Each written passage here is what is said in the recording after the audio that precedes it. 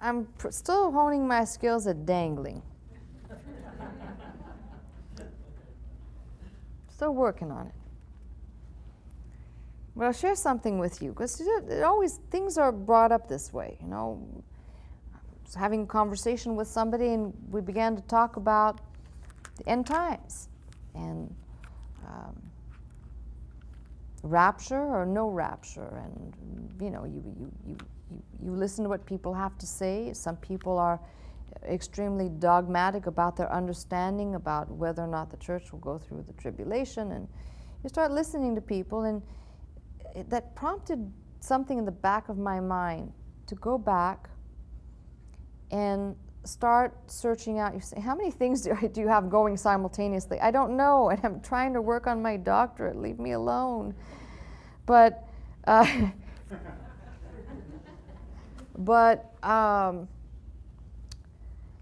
the history of how the church fathers understood the end times is very interesting.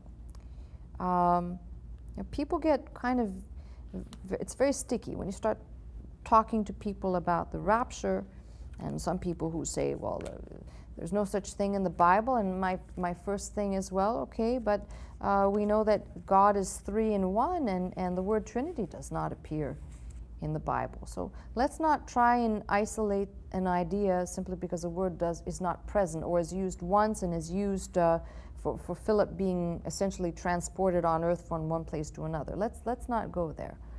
But there is a concept that is kind of missed. So I started down the pathway of investigating the church fathers and looking at how this was understood, especially in a time when people were, first, second century, people were expecting Christ's return immediately.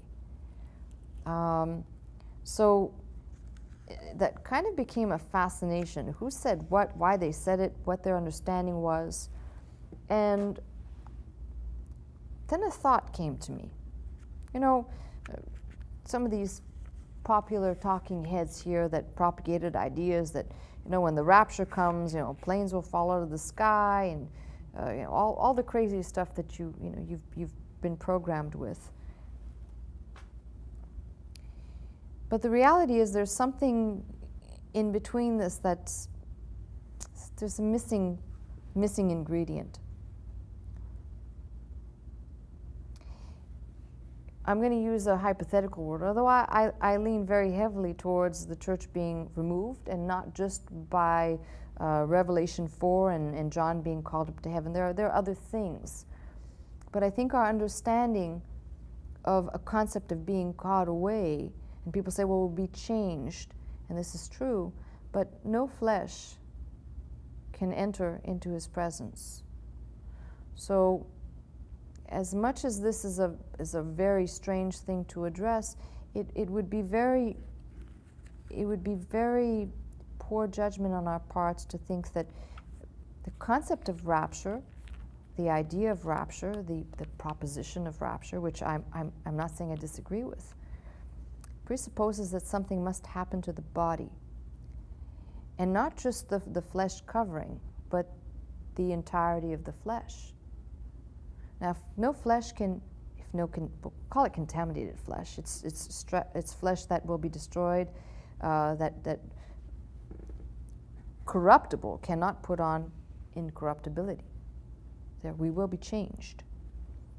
But that being said, it presupposes that in the moment of that catching away, even if it's an instantaneous happening, food for thought, it suggests that the people being caught away, and the argument will come afterwards, will die immediately and be transformed. In other words, in the catching up, the transformation must occur, and the transformation can't just be a mere covering. Think about this for a moment. Now, I had somebody say, well, but what about Elijah, and what about Enoch? Well, I can say about them. Well, Elijah was caught up in a whirlwind and transported. Who knows?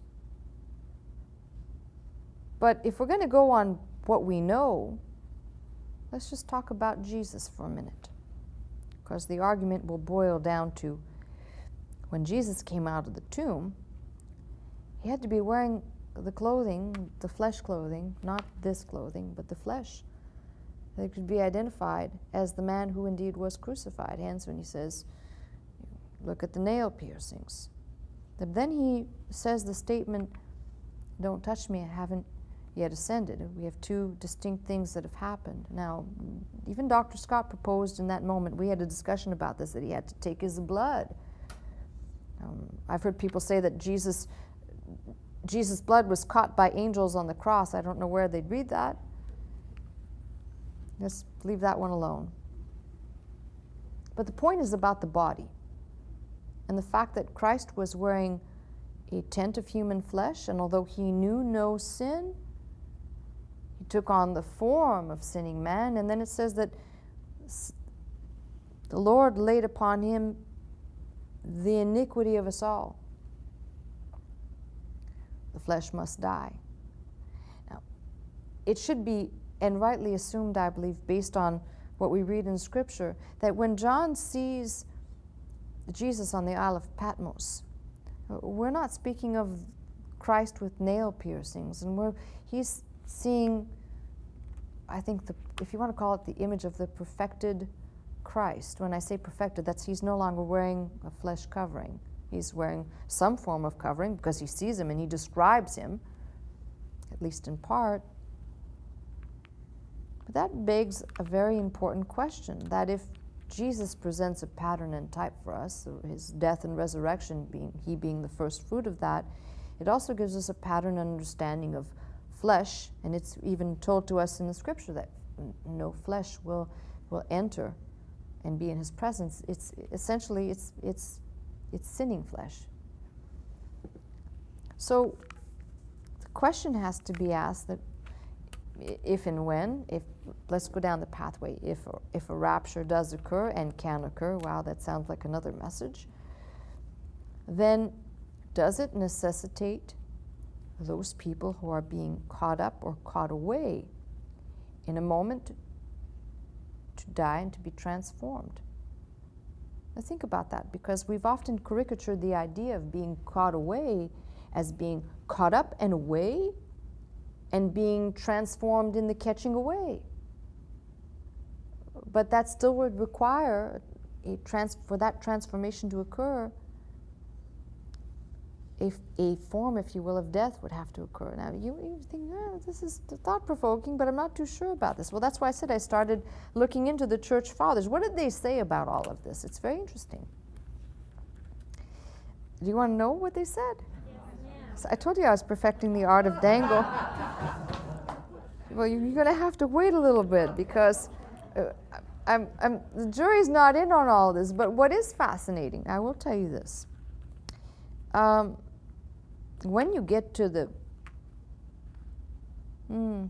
between the 15, we'll call it that period of maybe possibly 200 years, teaching on rapture, and people think that's a very modern idea. And although it was propagated, the rapture was propagated in modern times by a group of people of Protestant and probably somewhat Pentecostal charismatic background. The concept as we know it is a modern propagation, but the idea of a catching away is not modern at all. But you will not find it being taught very much in a period of between 14 and 1600. The church wasn't even concerned with that. The church was concerned with the existence of the truth and the fight between the people propagating ideas such as Luther and Zwingli and Calvin and others. No one really seemed to be concerned about it. So you'll find an incredible bulk of people prior to the 1400s who have written treatises and expounded on certain passages out of Revelation, and it's all very fascinating. And yes, I intend to embark on that journey, because I I have something very clear on my mind that I want to go for, which is a very complicated subject to deal with. But I have stayed away deliberately from the subject of the book of Revelation and end time, because that needs to be handled with maturity and with understanding. And I love Dr. Scott's presentation of many of the foundational pieces required to understand the book of Revelation are absolutely brilliant. And so with some of that foundation and some language tools and some other things, including a little bit of history on what did they say back there, which can add its own insight into what people may have perceived or understood. We'll get there. I've just embarked on, so I won't tell you tonight. What happens if it happens tomorrow? Don't worry, it won't happen tomorrow. Somebody asked me that. I was in an institution a couple of months back, and they said, well, can you tell us about the end times and about anything that has to do with what will happen? And I said, well, that's pretty complicated. It's complicated because you're talking to people who are so diverse. There is no unity. You've got a mixture of Catholics and within Protestantism, as you know, you've got different beliefs right within the Protestant realm, at least 3 or 4 different beliefs, maybe even 5 views. And then you've got thrown in there a couple of people who are Muslim and maybe a couple of Hindus and Jews for good measure. So now I'm having to dance on the subject very carefully because it is an institution and there are regulations as to what can or cannot be said in those institutions. It was kind of funny because I said, well, here's the thing. Would you like to know what Jesus said regarding the end of days? Oh, yes, absolutely. Well, he said, when the Son of Man comes, will he find faith? It's very safe. So I suggest you start faithing right now. And that's my message to you right now. You'll have to stay tuned. Get on the telephone.